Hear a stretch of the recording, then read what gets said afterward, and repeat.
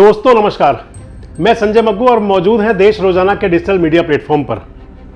हरियाणा के मुख्यमंत्री मनोहर लाल ने पिछले दिनों घोषणा की थी कि बेटियों को निःशुल्क शिक्षा दी जाएगी, हायर एजुकेशन, यानी कि जब वो कॉलेज पढ़ने जाएं तो फिर उनको पढ़ाई मुफ्त कराई जाएगी, चाहे वो सरकारी कॉलेज हो चाहे वो प्राइवेट कॉलेज हो।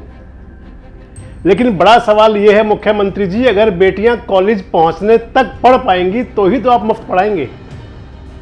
अगर बेटियां हायर एजुकेशन तक जा पाएंगी, अगर वो प्राइमरी और और सीनियर सेकेंडरी की शिक्षा है उसको अगर ले पाएंगी, तभी तो आप उनको मुफ्त शिक्षा देंगे।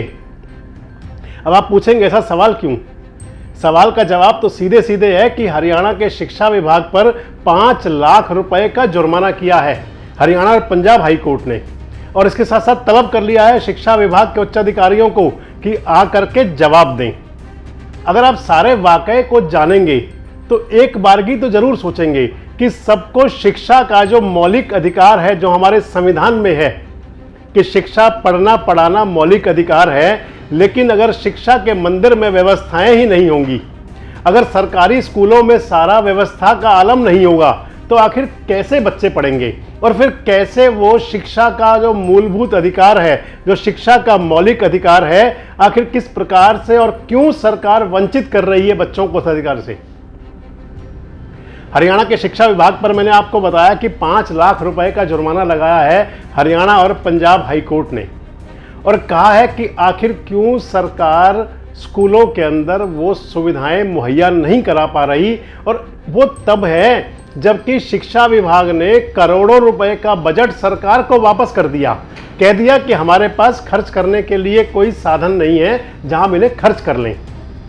और वो भी उस स्थिति में कि हरियाणा प्रदेश के प्राइमरी से लेकर के और बड़े स्कूलों तक हजारों की संख्या में ऐसे स्कूल हैं जहां पीने के लिए पानी तक नहीं है, बिजली का कनेक्शन नहीं है, लड़कियों के लिए शौचालय नहीं है, लड़कों के शौचालय नहीं है।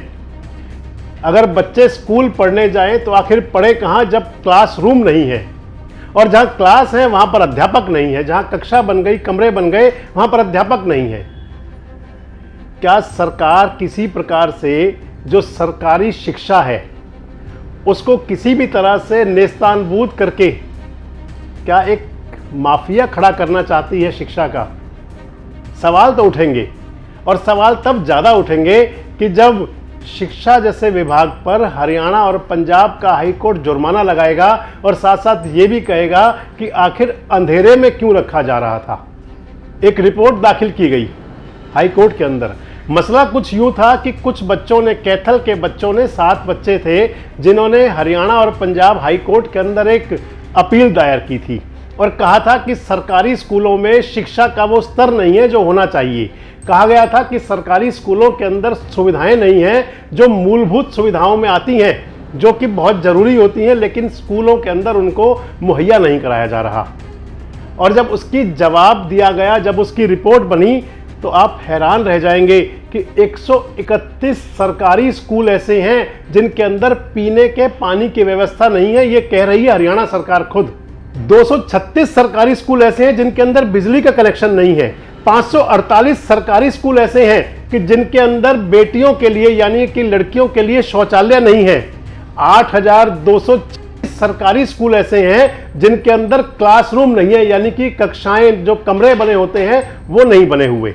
और इसके साथ साथ जहां तक बेटियों के शौचालय की बात थी कि जहां बेटियों के शौचालय नहीं है, तो वहीं 1000 से ज्यादा स्कूल ऐसे हैं कि जहां पर लड़कों के लिए शौचालय नहीं है।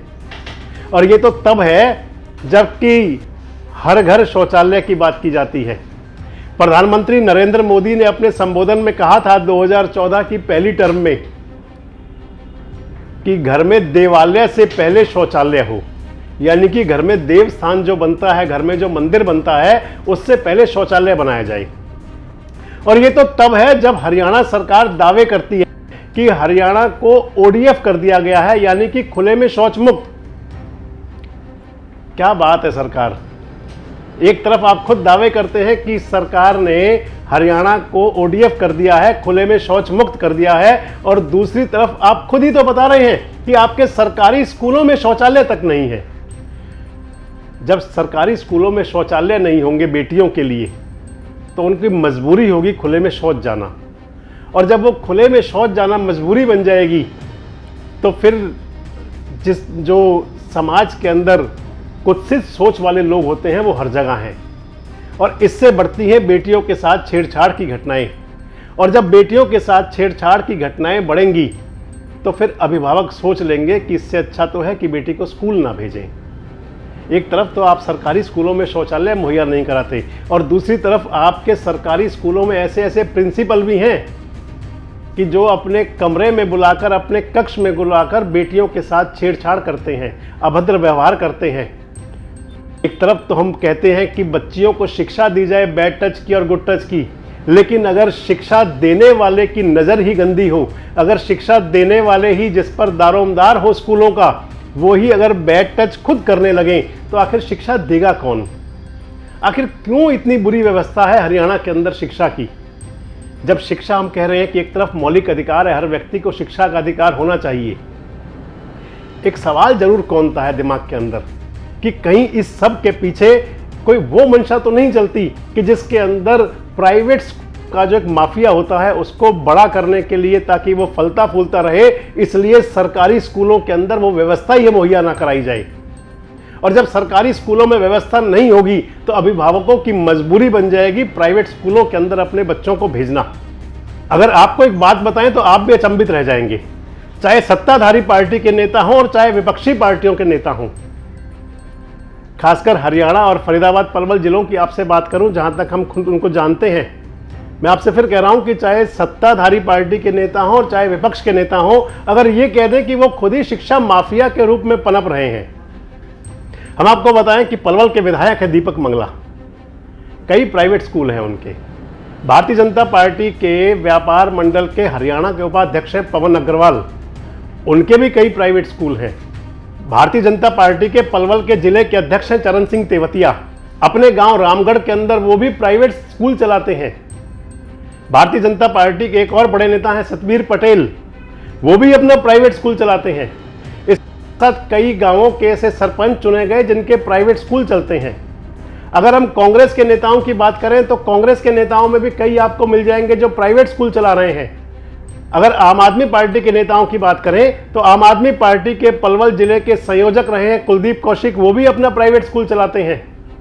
तो क्या मान लिया जाए कि प्राइवेट स्कूल चलाने वालों में क्योंकि बड़ी संख्या में राजनेता शामिल हैं जिन पर जिम्मेदारी है कि आम गरीब बच्चे को, आम आदमी को शिक्षा का अधिकार मिल जाए, लेकिन अगर वो खुद उनके अधिकार पर डाका डालने के लिए बैठे हुए हैं तो फिर सवाल जरूर उठेगा कि क्या शिक्षा माफिया के दबाव में आकर सरकारी स्कूलों में वो सुविधाएं मुहैया नहीं कराई जाती।